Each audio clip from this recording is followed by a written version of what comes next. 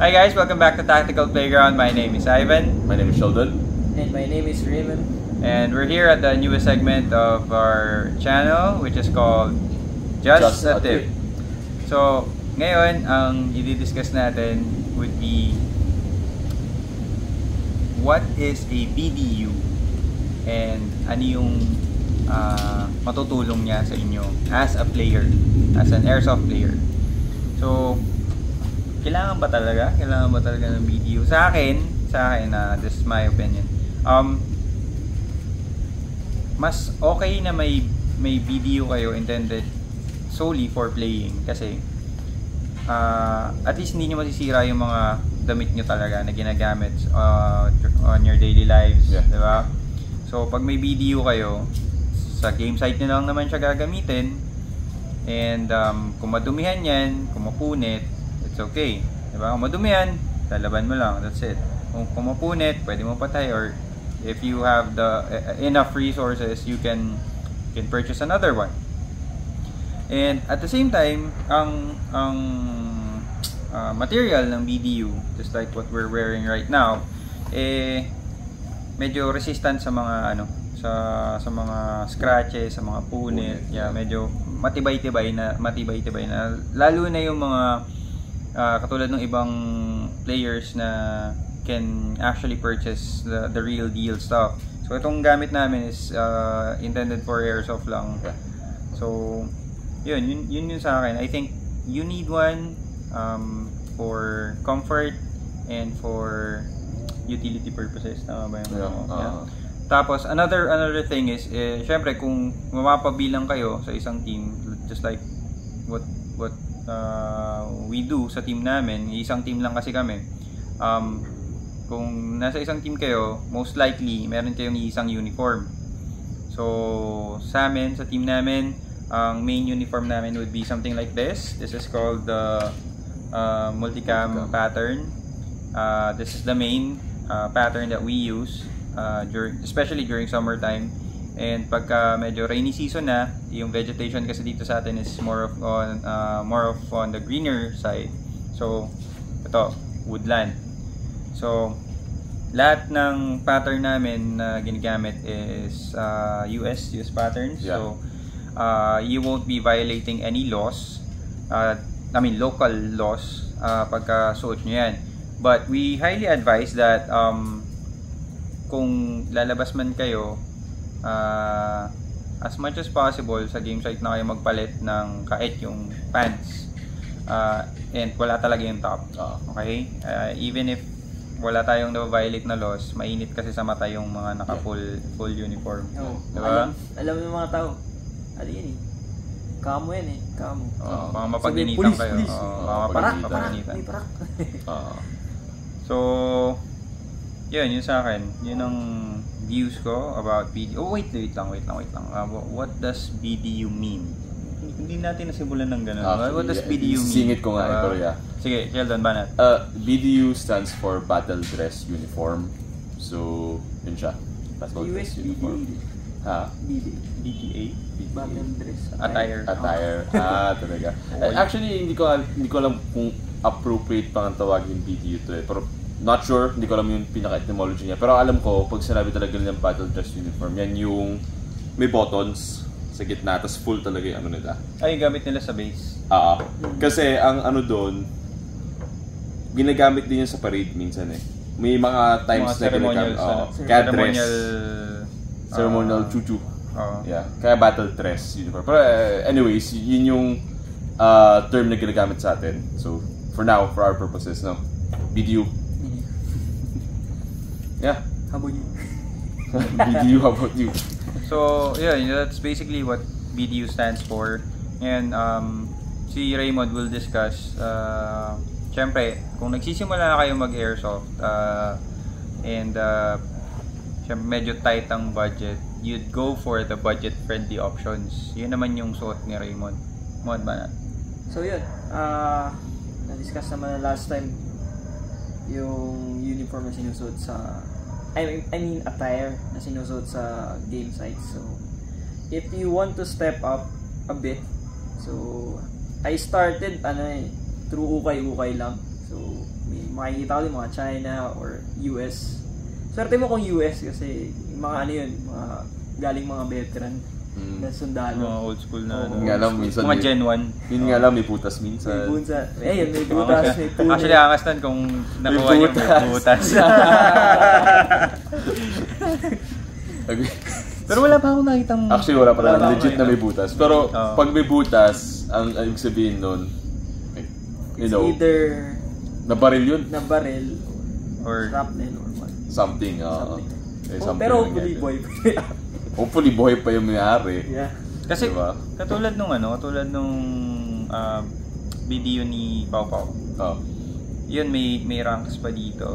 Tapos may surname pa. Pero ano lang siya, katulad nga na sinabi mo, most likely yun yung mga gamit nila sa offices, sa loob ng base. Oh. So, safe. Safe. Ano ba, pattern ba ng ano mismo yun? Air Force? Air Force. US Air Force. US Air Force. Okay. Meron pa siya nung mga patches nila that indicates na hindi yata pwedeng gamitin ng civilian. But I'm pretty sure na yung nakuha namin na video for our son is decommissioned one. Yeah. As long as it's decommissioned, I think it's okay. It's fine. Safe. Tsaka kung galing sa ukay, taas. Yeah. Diba? Pero iwasan pa rin na Philippine decommission patterns. No. Wag pa rin. Wag pa rin.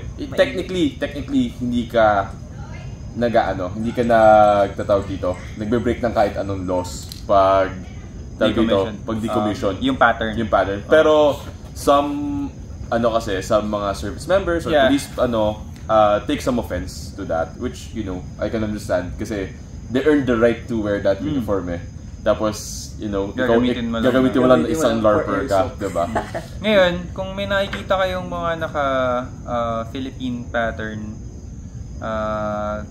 yung mga ginagamit ng law enforcement or ng military natin, there might be reasons behind it. Una, they might be reservists. Yeah. Pangalawa, active servicemen. And pangatlo, baka reenactors.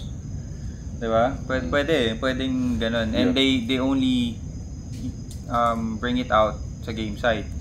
So, or pamana.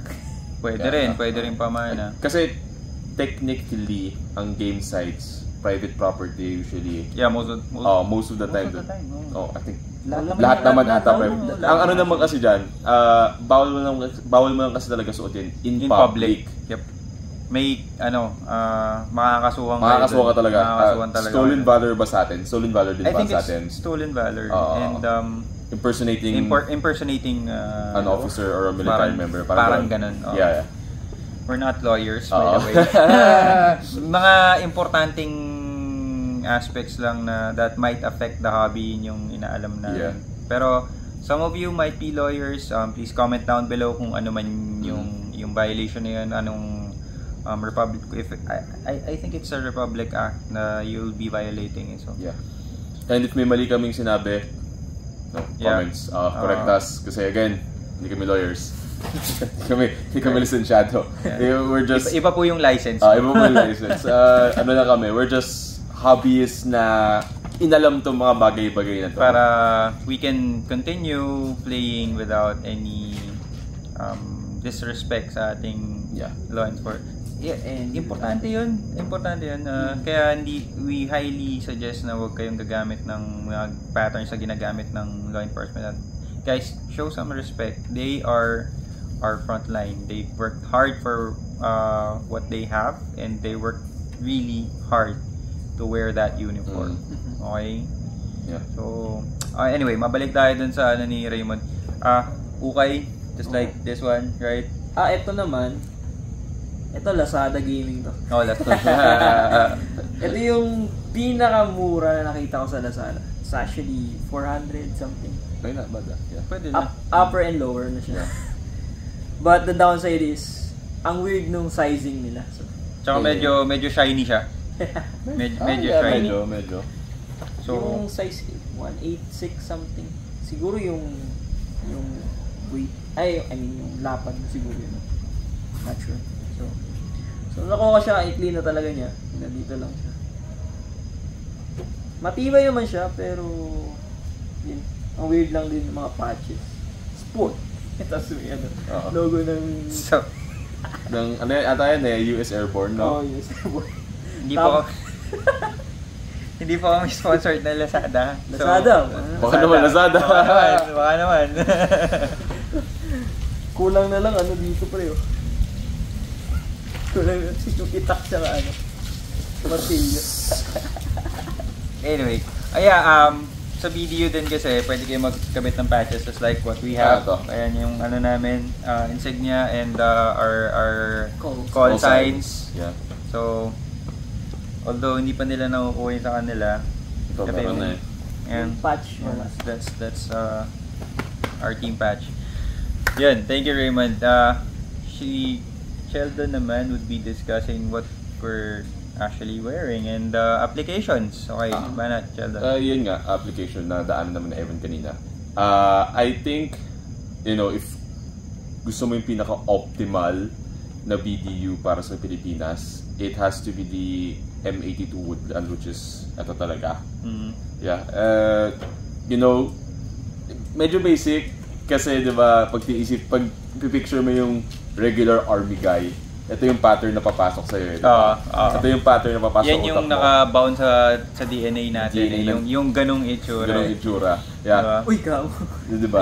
Uy, nakapatig yan. Sundalo, yeah. So, yun yung pinaka-basic siya. Pero I think it's the most practical. It gives you the most practical advantages sa field talaga. Even in summer, papalag to compared sa ibang patterns that are out there. And it's not, I think nabasa ko somewhere na, I remember na nabasa ko somewhere na it's the most used pattern sa buong mundo. Talaga? Alam ko. Hindi ko sure kung ito ba yun or some other pero alam ko ito yun M82 Woodland. Basta Woodland. It's the most used pattern. Diba? Kasi siya talaga yung pinaka-practical. Now, so yun yung isang use niya, diba? Yung tactical advantage. So, ito talaga. Ngayon, another thing na sinabi ni kanina. How about this one? Eto, MC. Again, MC. Practical din naman sa Pilipinas. I've seen people, actually, eto yan. At first, medyo hindi ko trip yung mga tan-ish patterns nung pumasok ako sa Airsoft. And it's not because na pangit siya. Hindi, pogi nga siya actually. Mas pogi siya para sa akin kumpara sa M82. Thank you. Yeah, mas pogi siya sa akin. Pero, ang pinaka-iniisip ko nun, hindi practical. Iniisip ko nun, parang hindi magbe-blend in as well. But, as naglaro ako, hindi, nagbe-blend in pa rin talaga siya Hindi, especially during the summertime. During the summertime, If naglalaro kayo sa or mainit na lugar. Yeah, open field, tapos summertime, match siya. Close. Sa malayo, hindi mo masyadong mapapansin. Si Woodland, lalo pagka thick vegetation, mahirap talagang ma-spot. Mahirap siya ma-spot. Unless merong something that some other color that would stand out na suot ng player, dun lang. Yeah. I've experienced dito sa camp, yung area natin dito sa kabilang zipline. One of our players was just standing in the open. Nagma-martial ako nun. Nung gumalaw lang siya, tsaka ko lang nakita. So, ganun. Yeah, ganun siya ka-effective. Ganun siya ka-effective. Ganun siya ka-effective. So, tactical advantage. Laking bagay. Yeah. Totoo. Pero again, don't let that stop you from getting other patterns, right? Kasi ito, papalagyan sa Pilipinas, that works. And even this, I can even argue na, I will even argue na even if like rainy season, nagbe-blend pa rin naman to. You have to choose. Kailangan mo galing ka pumesto. Kung saan ka pupwesto. Pero magbe-blend din siya. Even yung mga desert patterns, pre, I've seen it work sa Pilipinas. Saan? Alpadi. I haven't seen it first hand pero like meron isang vlogger na vlog niya Alpadi before. And basically, anong tawag dito? Nung isa niya record niya, nung siguro mga 3-second clip siya, or mga 5-second clip siya. Hindi ko siya napansin kagad. Tapos biglang sabi ko, uy, tao yun ah. Kasi, tas ano siya, I think yung USMC na, na tan, I don't know the pattern, pero yung USMC na tan, that one, nakita ko talaga, nag-blend in siya, kahit na desert pattern. So, you know, hindi, kasi dun sa area nila, meron din kasi mga rock formations eh. Yeah, yun nga. So, dun sa area na yun mo siya nakita. Possibly. Yeah, pero yun nga, ang sa akin, any camo, except yung red ng I guess, red ng Canada. Canada has like a red pattern. Ang ganda tingnan, pero sobrang standout nun. Pero tan or yung mga desert patterns, it's not as good as woodland. Again, babalik tayo sa woodland. Hands down, the best para sa Pilipinas. Totoo. Pero it's not as good as that. Pero if you want like desert patterns, gusto mo mag-LARP as a USMC na tawag ito, sundalo or things like that, hindi ka severely disadvantaged. Not as disadvantaged as kumpara pag nag-black ka or nang matingkat na kulay ka. Yeah, diba? Isa pang pattern that would be beneficial dito sa terrain natin or sa would match our vegetation. Multicam tropic. Yeah, gusto ko yun. Multicam tropic. Okay yun, okay din yun. Gusto ko yun. I think yun yung isa sa mga pogi talaga na Angas tingnan. Angas tingnan. Kasi mukha siyang dugyot pagka mukha siyang MC na dumihan ng todo. Oo, pero once they blend in sa surroundings, okay talaga. So maganda itsura niya eh. It's unique. It's something na hindi mo nakikita madalas. Oo. Bihira. Kasi sa Pilipinas, I think ang dominant patterns talaga is M82 woodland. Solid na OD green at saka MC. Yeah, yun yung patterns ng mga most or teams. Or pagka CQB naman, yung all black. Nag-start ako all black eh. All black. All black. Black face, black na BDU, black na helmet, black na mask. Yun, all black. Yeah. Pero yun nga. Unfortunately, as much as maangas yan ng black though, dali yung makita pag naka-black ka, lulutang ka talaga. Even in the dark diba? Totoo yun. Sa first time namin naglaro sa isang jungle na game site, naka all black kami. Wala pang 2 minutes, nahihit agad kami kasi nakikita talaga kami. Ako naman, first time kong magka-helmet, black yung binili ko. So, although nakwento ko before, diba, na ang ginamit ko nun was yung fatigues ng ROTC, diba? Nung nilaro ko yun, tapos naka-black na helmet, okay yung katawan ko. Pero yung ulo ko lumulutang talaga, nababarag. Walang may hit. Yun nakikita. Tsaka pag CQB, tas dark room, may makikita ka ng itim na gagalaw eh. Either babaril yung or multi yun. For CQB, I think ang magagandang patterns has to be, well, again, grayish. Grayish patterns. Gray. Black is not bad for CQB. Siyempre, kung makapwesto ka ng nasa dark area talaga, mahirap matapatan ng black. Pero in general, gray. Kasi medyo biased, no? Medyo biased. Kasi ang gamit namin sa CQB naman, our team uses a gray hoodie. Yung suot niya last time in one of our episodes, that's what we use sa CQB game sites. Yeah. Avoid tapos MC or woodland lower. Yun lang. I don't think may dedicated I think meron naman, may mga dedicated camos for urban environments, pero rare and I would say mahal. Meron sikat ngayon na dedicated dito sa Pinas na urban loadout. Yung Ninong outfit. Lahat ng games actually, yeah. Ano yung Ninong outfit? Sige, banat. Well, Ninong outfit, it's either jeans, tapos flannel shirt or yung mga checkered na shirt, or maybe floral shirt, yung mga ganon. Sa katakin. Katakin. Yun yung Ninong outfit. Tapos, tamang plate carriage. Yun na yun. Tabi-tabi ka ng may helmet. Ninong. Ninong outfit or PMC loadout. PMC. Yeah, yung isang tawag sa kanya. Pero dahil na-mention mo yan, di ba kanina na-mention mo yung durability ng damit? Here's the thing about Ninong outfits, di ba? Jeans, matibay sila, pero eventually yung tuhod nun, magiging ripped jeans. After ko mag full black loadout, I shifted to black upper, black digital, tapos jeans. Nalaspag yung pantalon. Oo. Nalaspag, nakakainis. Na-experience ko rin yun sa isang site naman sa Manila. Yung crotch area and the knees, wala, wasak talaga. Kasi yung jeans mo naging tattered jeans. No, magiging tattered jeans talaga, pre. Okay lang kaso yung naging air cool siya, sa pre. punja. Naging air cool talaga. So, yun yung nakakainis dun. Maog. Yeah. I think isa rin kailangan tawag dito, i-mention about BDUs is may iba-ibang types yan. Yan yung mga Gen 1, Gen 2, Gen 3. Yeah, Sheldon is using a Gen 2. Gen 2 pattern. I'm using Gen 3. Difference would be mostly makikita sa yung cut lang naman sa cut, tapos additional materials lalo sa lower BDU. Ayun ko nga, pre. So, this is Gen 2. So, yung material, ang laki ng hita mo, pre. Yung material niya all throughout is consistent.